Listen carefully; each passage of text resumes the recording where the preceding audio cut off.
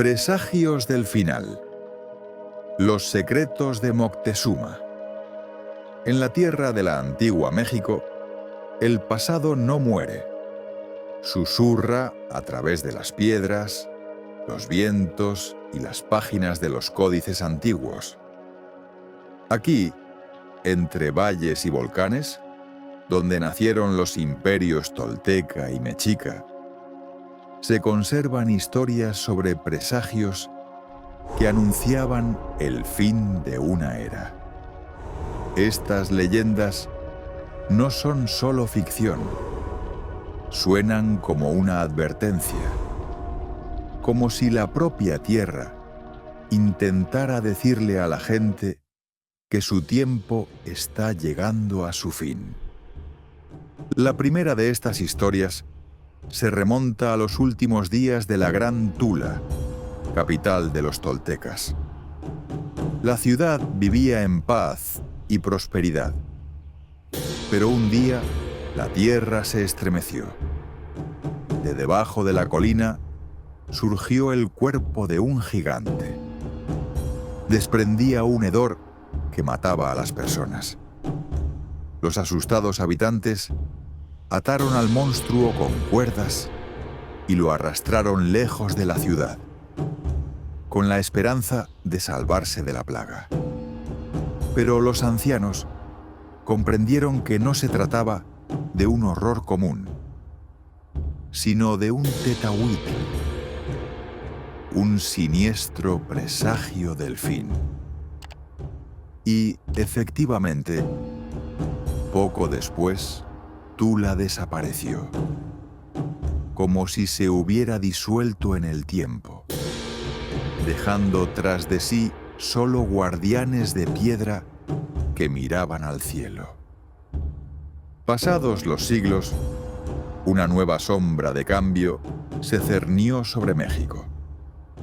Llegó la época de Moctezuma II, gobernante de Tenochtitlán, poderoso y sabio, pero inquietante.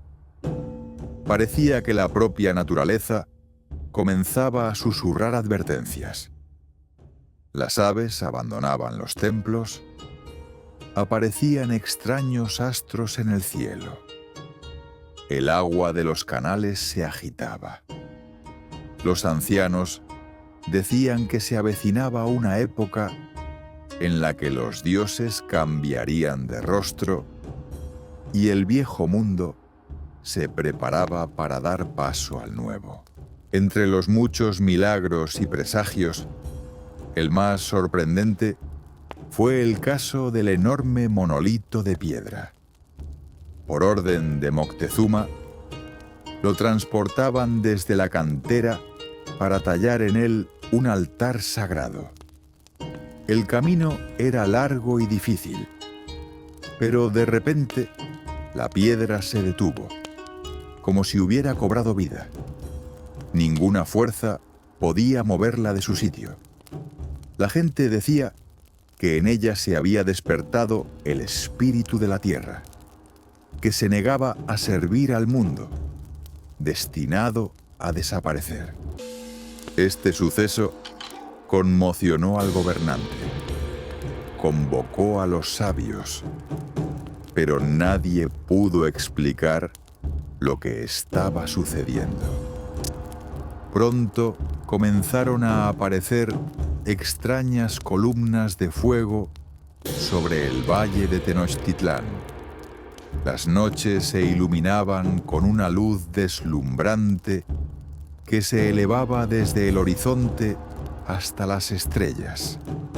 La gente salía corriendo a las calles, mirando al cielo con horror y reverencia. El resplandor se reflejaba en las aguas del gran lago, convirtiendo la noche en día. Los sacerdotes afirmaban que eran las luces de los dioses que descendían de los cielos. En los códices se escribía que estos fenómenos de fuego duraban todo un año y siempre desaparecían poco antes del amanecer. para los habitantes del imperio, era un presagio del fin, una señal de la tormenta que se avecinaba. Pero las luces celestiales eran solo el comienzo.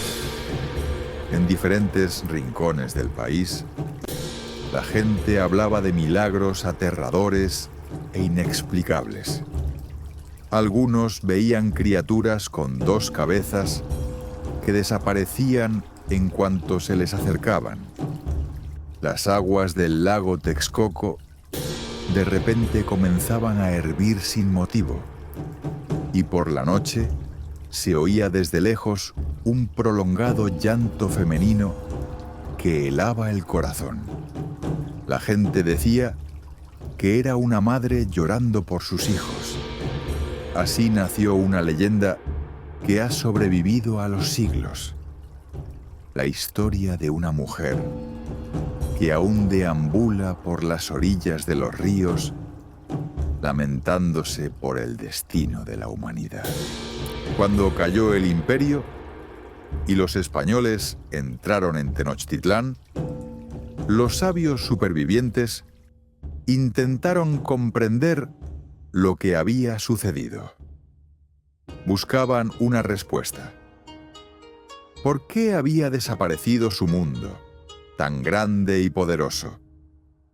Así surgieron los registros en los códices, donde los acontecimientos del pasado se entremezclaban con los mitos.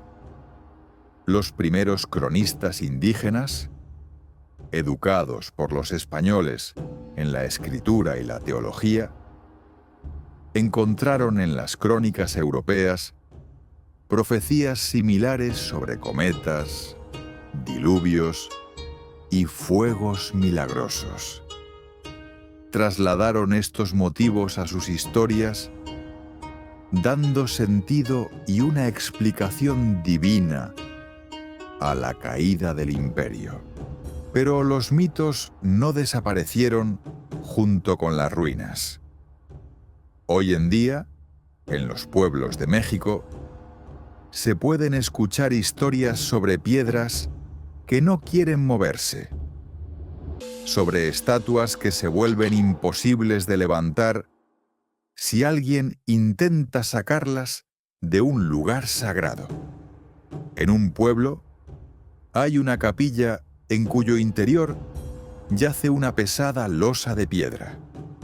Se dice que una vez quisieron trasladarla, pero se volvió tan pesada que se quedó allí para siempre. La gente construyó una capilla a su alrededor y reza considerándola la guardiana del pueblo. Hay historias similares en Europa. Allí también se habla de imágenes sagradas que no quieren irse del lugar que han elegido. Esto demuestra que la fe y la leyenda se rigen por las mismas leyes. El deseo humano de dar sentido a lo que no se puede explicar. Al igual que los antiguos mexicanos, buscamos señales del destino. Vemos mensajes en acontecimientos fortuitos y los convertimos en historias. Así nacen los mitos, y a través de ellos habla el cielo. El pasado de México no es solo la historia de pueblos conquistados. Es una conversación eterna entre el hombre y la eternidad. Quizás los antiguos presagios no hayan desaparecido, sino que solo estén esperando su momento para recordarnos nuevamente la fragilidad del mundo. De pie ante las ruinas de Tula o la pirámide del Sol, se puede sentir cómo desde las profundidades de los siglos llega una llamada silenciosa. Todo llega a su fin, pero el recuerdo de lo que fue vive en cada piedra. Y mientras recordemos estas señales, El pasado nos hablará a través del silencio, la luz y el aliento de la tierra antigua.